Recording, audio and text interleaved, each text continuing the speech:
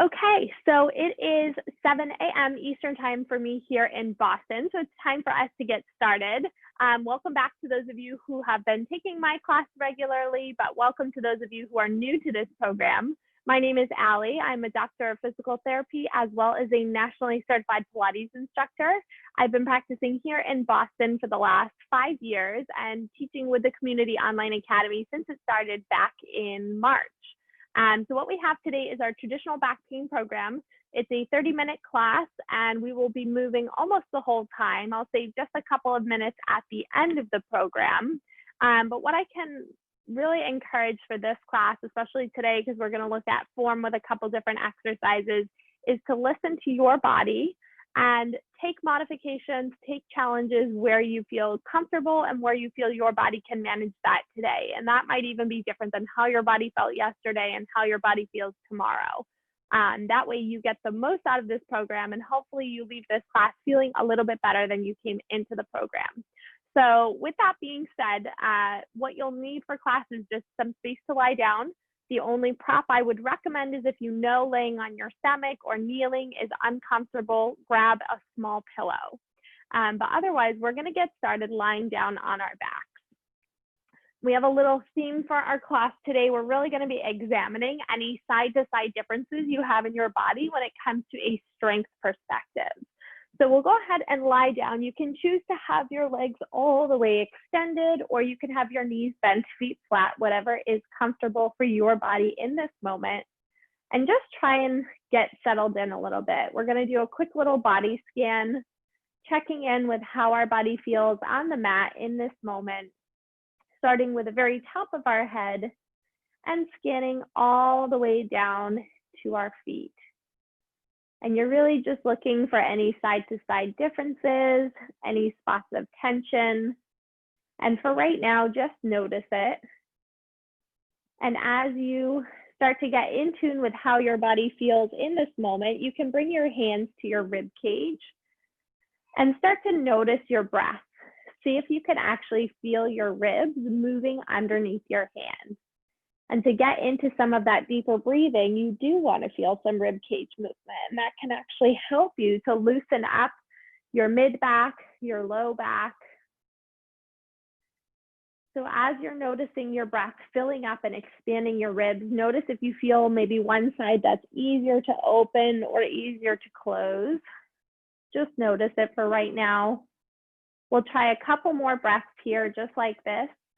It's helpful to take your inhale breaths in through your nose and your exhale breaths out through your mouth.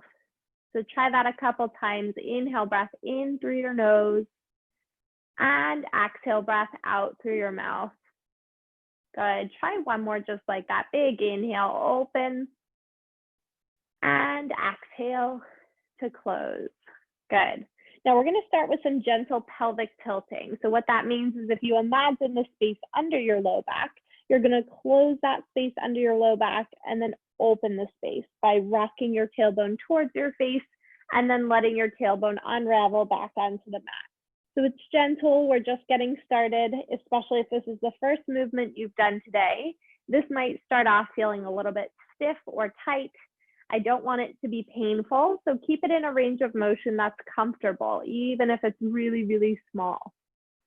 As you do these gentle rocking back and forth, see if you can do so without pushing into your feet or tightening your butt muscles.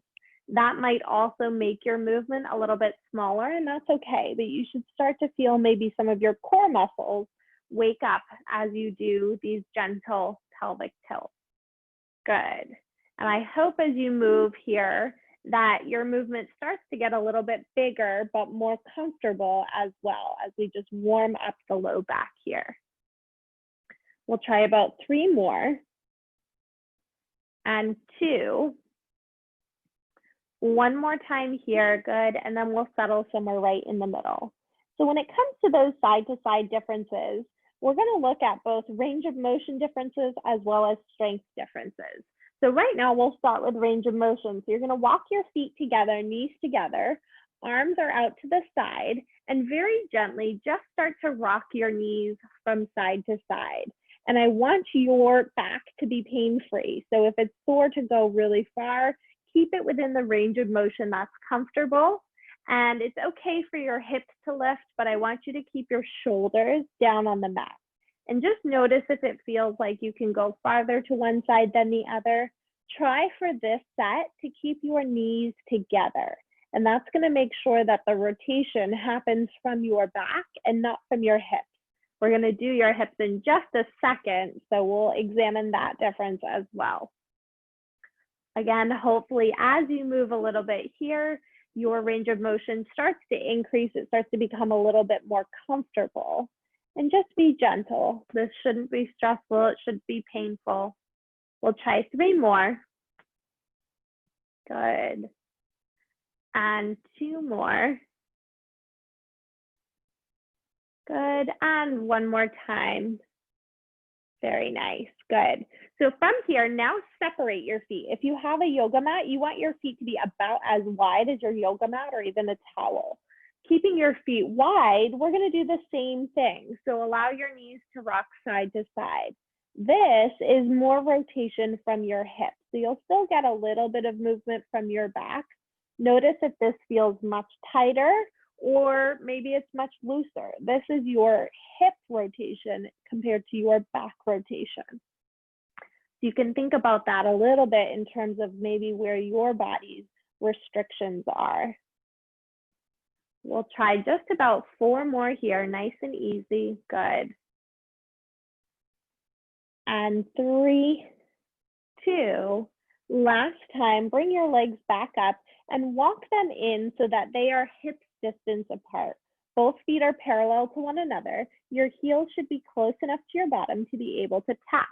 Ground down through your feet, open your collarbones, press the back of your shoulders into the mat. And we're going to start with some bridging here. So really feel your feet glued to the mat and lift your hips up and drop your hips back down.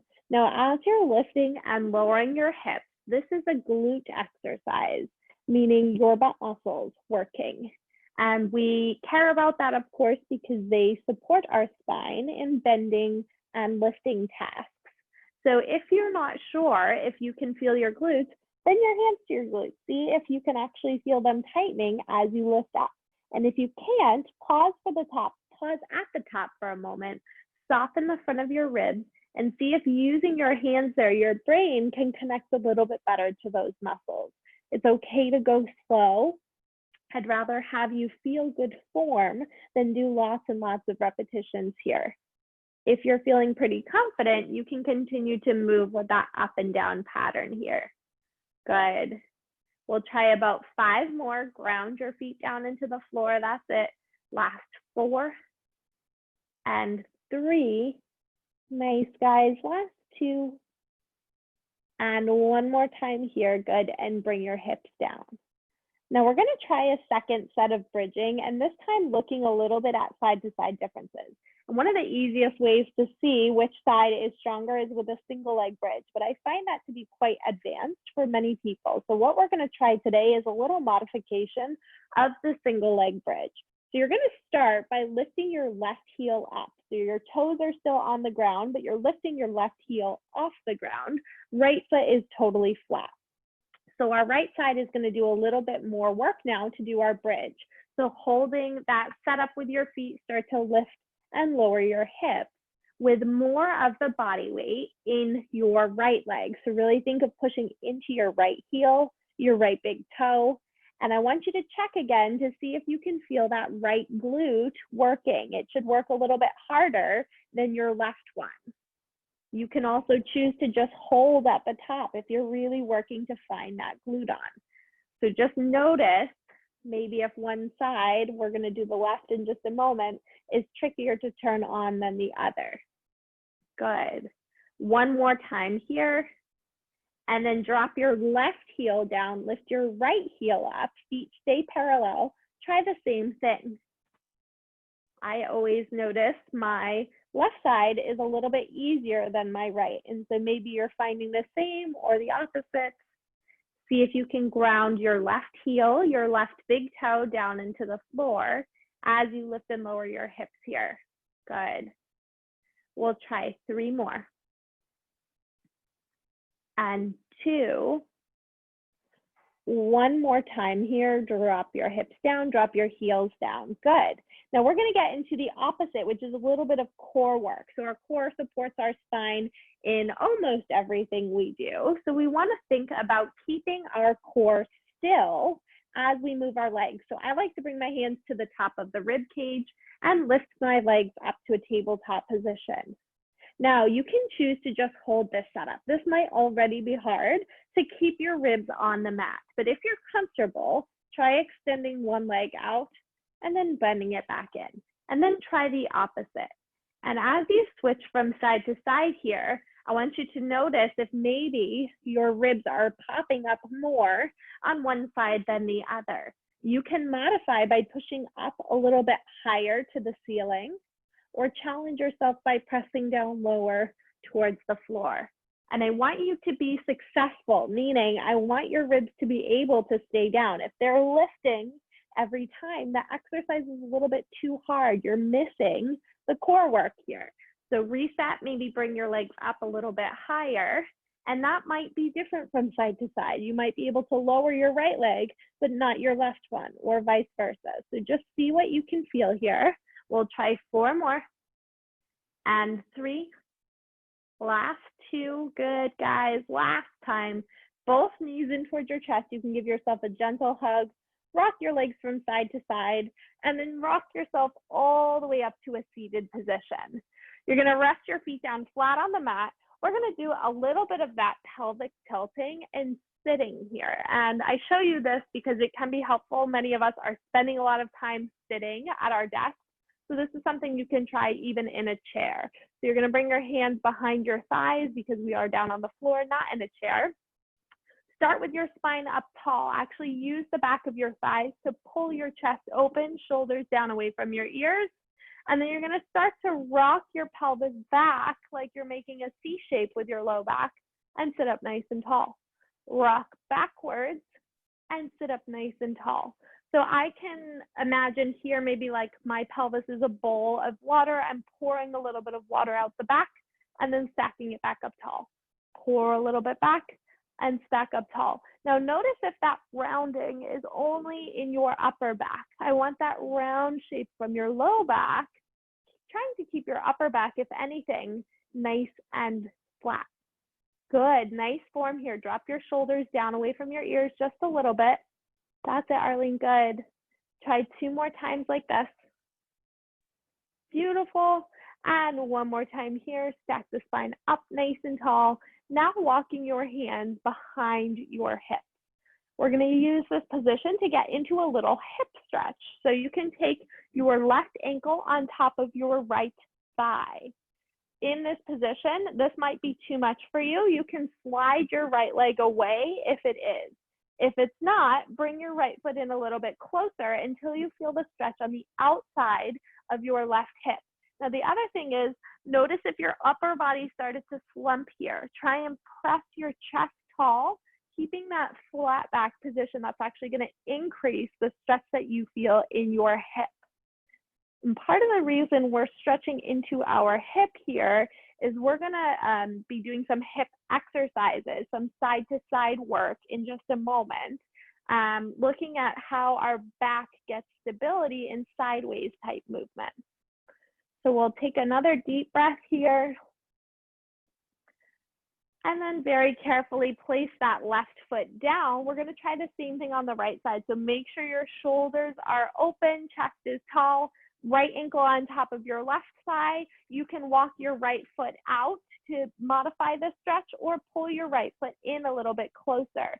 Notice if you pull in, but your back starts to slump. That means the stretch has now gone into your back and less in your hips. We wanna target the hips, so press your chest tall, keep that flat back, maybe scoot your foot out a little bit, just so to the point you feel a stretch, but not strain or pain in your lower back or your hip. We'll take another big, deep breath here. And then go ahead and bring your foot down. We're gonna flip on over to the all fours position. So if you know kneeling is uncomfortable, you can roll up your mat a few times, you can put pillows under your knees, but we'll line up with our hands under our shoulders, knees underneath our hips. You can also drop to your forearms if you have wrist sensitivity here. So very gently, we're gonna start with a few cat-cows. So think of that same C-shape rounding as you allow your head to drop down, round, pushing the low back up to the ceiling, and then drop your ribs down to the floor. Allow your chest to lift, shoulders away from the ears. Be gentle here. I want this to be comfortable and pain-free, but allow your spine to move a little bit and think of that movement as starting with your rib cage. So your ribs drop down to the floor and your ribs lift up and away to round to the ceiling. Our ribs are really important in controlling our spine movement. So they are the middle of our back, of course, and so they have a big influence on how our low back is positioned as well as how our neck is positioned. Good. We'll try 3 more here. That's it. And 2. And 1 more time here, and then settle somewhere right in the middle. Now we're gonna get into a little stretch for our rib cage and for our upper back. So staying in this setup, take your right arm up to the ceiling. You're gonna follow that hand with your eyes, and then thread your right hand underneath your left arm, bending your left elbow. Let your head, neck, and shoulders rest down on the mat. Again, we open up to twist, follow that right hand up to the ceiling, and then thread it underneath our left arm, letting our head, neck, and shoulders rest down. This, again, should be comfortable, not painful. You should feel a stretch in your upper back, maybe in your shoulder as well. You can always modify for shoulder pain by just rotating your chest. You don't have to actually lift the arm all the way. We'll try 2 more just like this. Good, come all the way back down, beautiful. 1 more time here, big stretch, and come all the way down. Hold that for a moment, take a deep breath here at the bottom, opening up your rib cage, and then you can come right back to the center. We're gonna set up for that second side. So now your right hand is down, you're gonna lift the left arm, follow that hand up to the ceiling, threading your left hand underneath the right. Head, neck, and shoulders come down. Open up, rotate the chest, reach the fingertips to the ceiling, and thread the left arm underneath the right arm, bending your elbows so your shoulders can drop. Notice if you feel a little bit more free from one side to the other. Again, this is more focusing on upper back rotation, so mobility and flexibility through your rib cage and your upper back. We'll try 2 more times just like this. And thread the hand under. Very nice. 1 more time here. Big reach up to the ceiling. You can thread the left hand underneath the right. Hold at the bottom, taking 1 big, deep, expansive breath into your rib cage here. And then come right back to the center. We're going to walk our hands forward to lie down on our stomach. Now this is where, again, if you feel discomfort lying on your stomach, place a pillow underneath your hips. You can separate your feet just slightly, placing your hands underneath your shoulders, and start to lift your upper back. So from here, if you're comfortable, you can press and lift all the way into your big spine extension. I want this to be pain-free. It shouldn't be pinchy or sore. If it is, just make your movement a little bit smaller.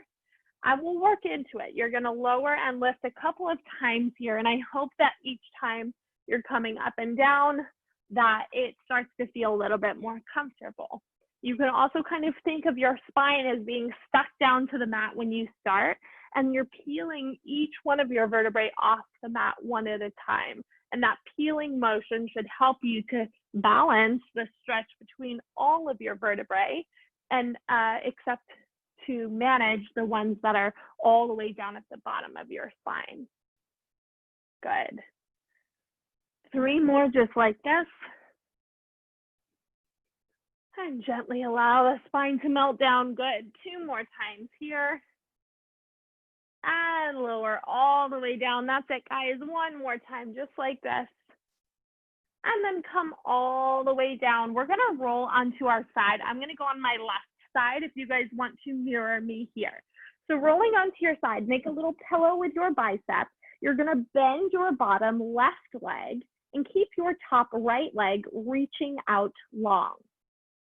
Now we're gonna work the strength of our top right hip, but before we do that, reach your right leg so far away that it actually lifts your bottom left rib off the mat just slightly. And it's so subtle, I probably won't be able to see it. It should be enough like I could slide a piece of paper under your bottom rib. So reaching that top foot away. What that does is it opens the space between our rib and hip on our right side. So check there, make sure you can feel a little gap between your right rib and hip. If you can't, that's a lot of compression on your spine. So keep reaching that right foot out a little bit longer. Now, as you lift and lower your right leg, I want you to maintain that space. And all that means is that our spine isn't moving. It's our hip that's moving. So a lot of times when I see people do these side leg lifts, I see the movement coming from their spine more than from their hip, and that makes it a very ineffective hip exercise. Now we're trying to focus on our hip strength here because this is what helps support our spine when we twist, when we move sideways, and when we carry something that's only on one side of our body, so a unilateral activity. Good. We're going to try 4 more. And 3.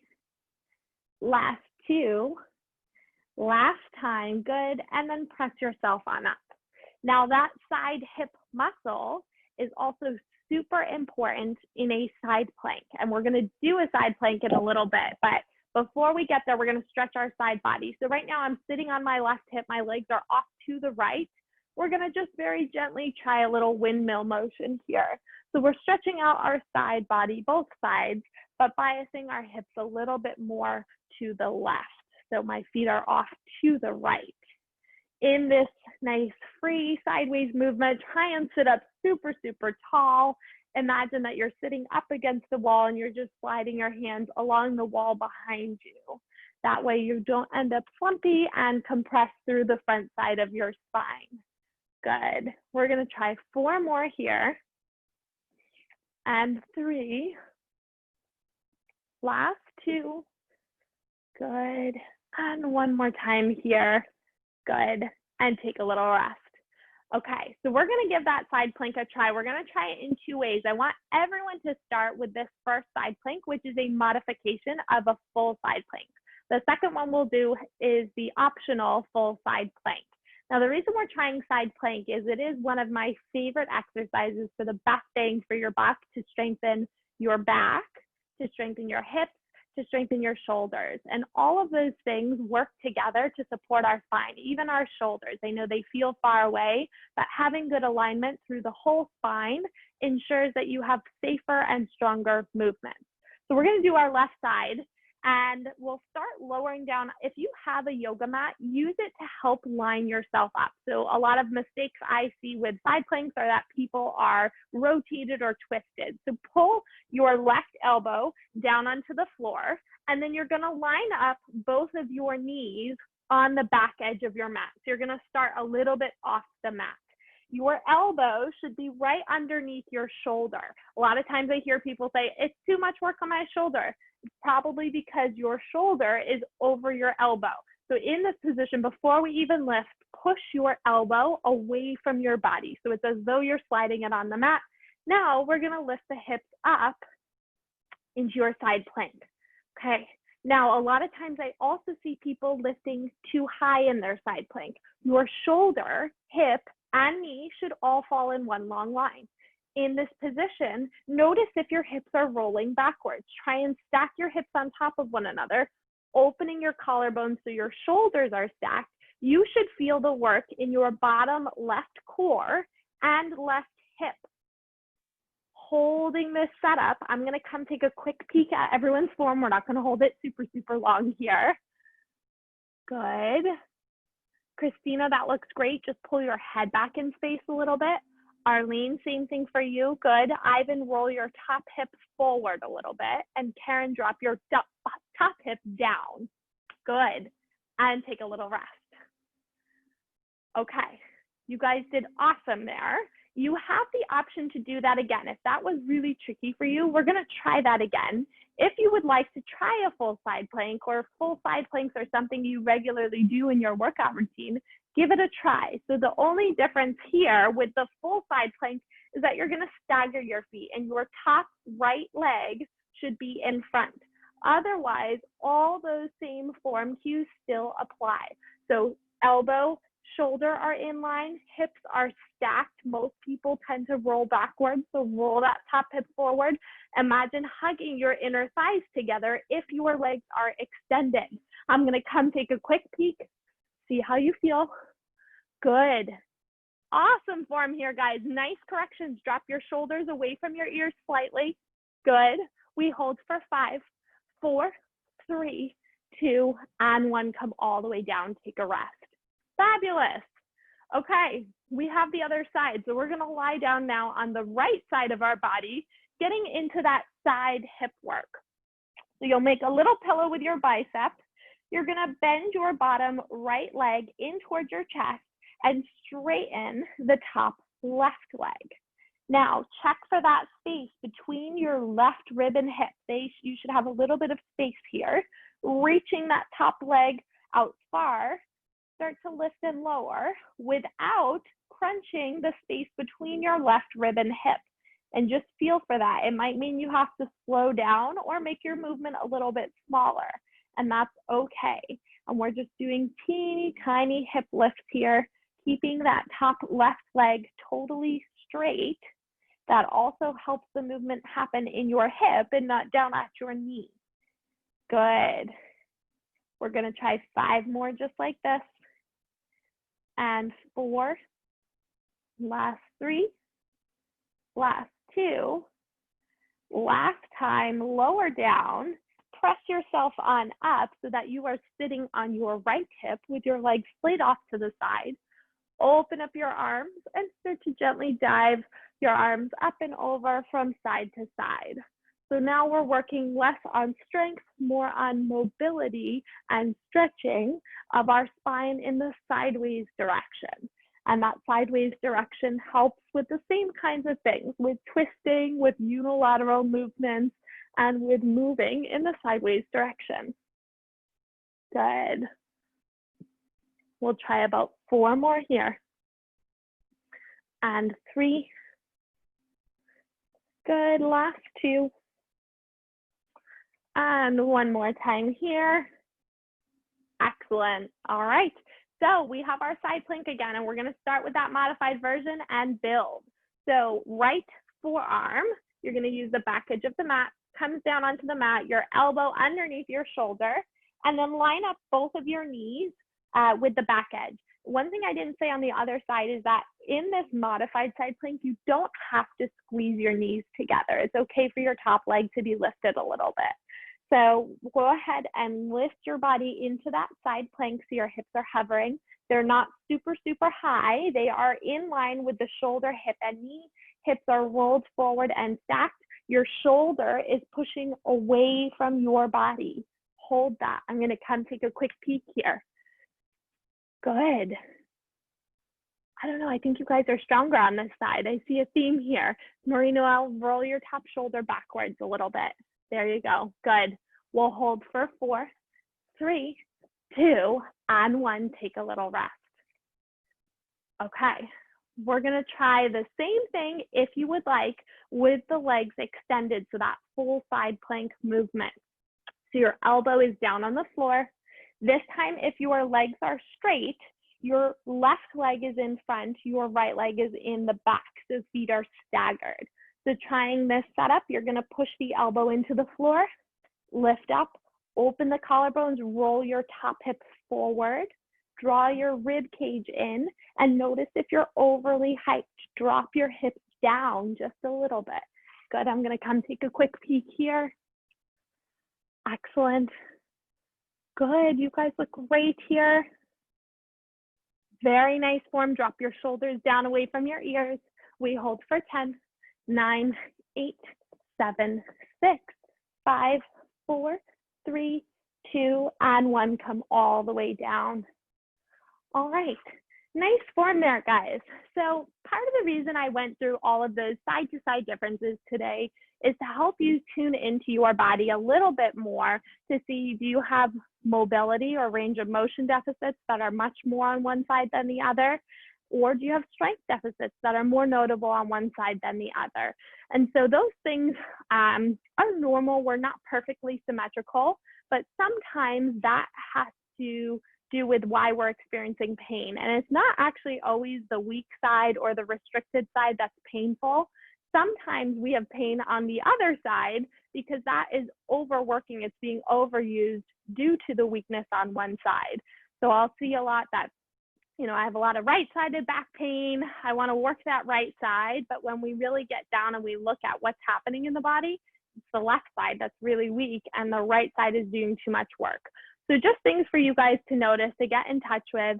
And I hope that that little tutorial on side planking gives you something to think about, because it's an exercise we see in a lot of different routines.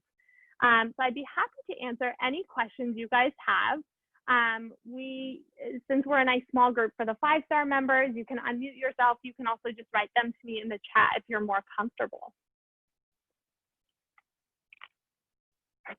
And if you guys don't have any questions, that's also okay. I do ask if you have a moment to stick around to leave some feedback. I would really appreciate it. What I'll do is, as you're brainstorming any additional questions you have, I'll share my screen with the QR code for today's class, which is the 5-star only back pain program. So if you want to leave feedback for this program, here is the QR code to do so. And in the meantime, like I said, I'm happy to answer any questions you guys have. Nice work today. It was great to see many of you again. And I look forward to hopefully seeing you maybe in another session today, but if not, certainly next week. And just a reminder that the signups for next week start at 12 p.m. Eastern time tomorrow for our 5-star members, which is a little bit earlier than the rest of our membership group. So keep that in mind.